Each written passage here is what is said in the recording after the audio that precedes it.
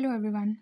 आज मैं आपके साथ एक behind the scene process share करना चाहती हूँ जिसमें मैं करेंटली इन्वॉल्व हूँ। क्यूएस वर्ल्ड यूनिवर्सिटी रैंकिंग्स के लिए इंस्टीट्यूट का डेटा प्रिपेयर करना। रैंकिंग सिर्फ नंबर नहीं होते, उनके पीछे काफ़ी मेहनत, क्लैरिटी और एथिक्स इन्वॉल्व होती है। इस वीडियो में मैं आपको बताऊंगी कैसे एक इंस्टीट्यूट क्यूएस रैंकिंग के लिए अप्लाई करता है और क्या क्या मेजर चीज़ें होती हैं।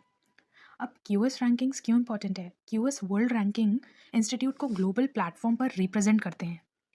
नंबर वन, ये रैंकिंग्स रिफ्लेक्ट करती हैं academic reputation, research strength, faculty quality, student diversity and international exposure.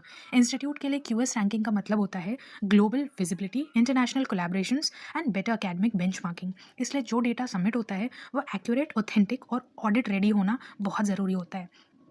Step one इसमें है क्यूएस एक्चुअली क्या मांगता है। सबसे पहला स्टेप होता है क्यूएस फ्रेमवर्क को समझना। क्यूएस रैंडम नंबर्स एक्सेप्ट नहीं करता, वो एक स्टैंडर्ड ग्लोबल स्ट्रक्चर फॉलो करता है। मेनली क्यूएस फोकस करता है स्टूडेंट्स जो यूजी, पीजी या पीएचडी कर रहे हैं, faculty full time, part time, international, and research output and academic and employer reputation. National regulatory data और क्यूएस डेटा सेम नहीं होता है, इसलिए अंडरस्टैंडिंग बहुत इंपॉर्टेंट है। स्टेप टू, इंस्टीट्यूशनल डेटा को स्क्रूटिनाइज करता है।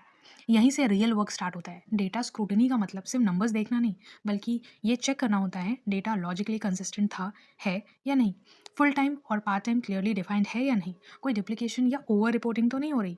एग्जाम्पल के लिए medical PG student 100% full time, PhD students full time या पार्ट टाइम हो सकते हैं। हेड काउंट और एफटी का रिलेशन करेक्ट होना चाहिए। ये स्टेप रैंकिंग क्वालिटी का बैकबोन होता है। स्टेप थ्री, क्यूएस टेम्पलेट के साथ data mapping.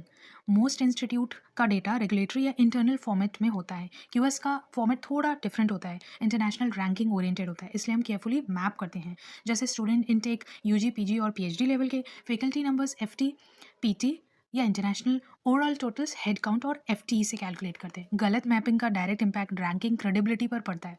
Step four, accuracy, ethics and audit readiness. एक चीज़ मैं स्ट्रांगली मानती हूँ, रैंकिंग्स एग्जैजरेशन के लिए नहीं, रिप्रेजेंटेशन के लिए होती है। इस प्रोसेस में एजम्पशंस अवॉइड किए जाते हैं। जहाँ डॉक्यूमेंटेशन चाहिए वहाँ क्लैरिटी रखी जाती है।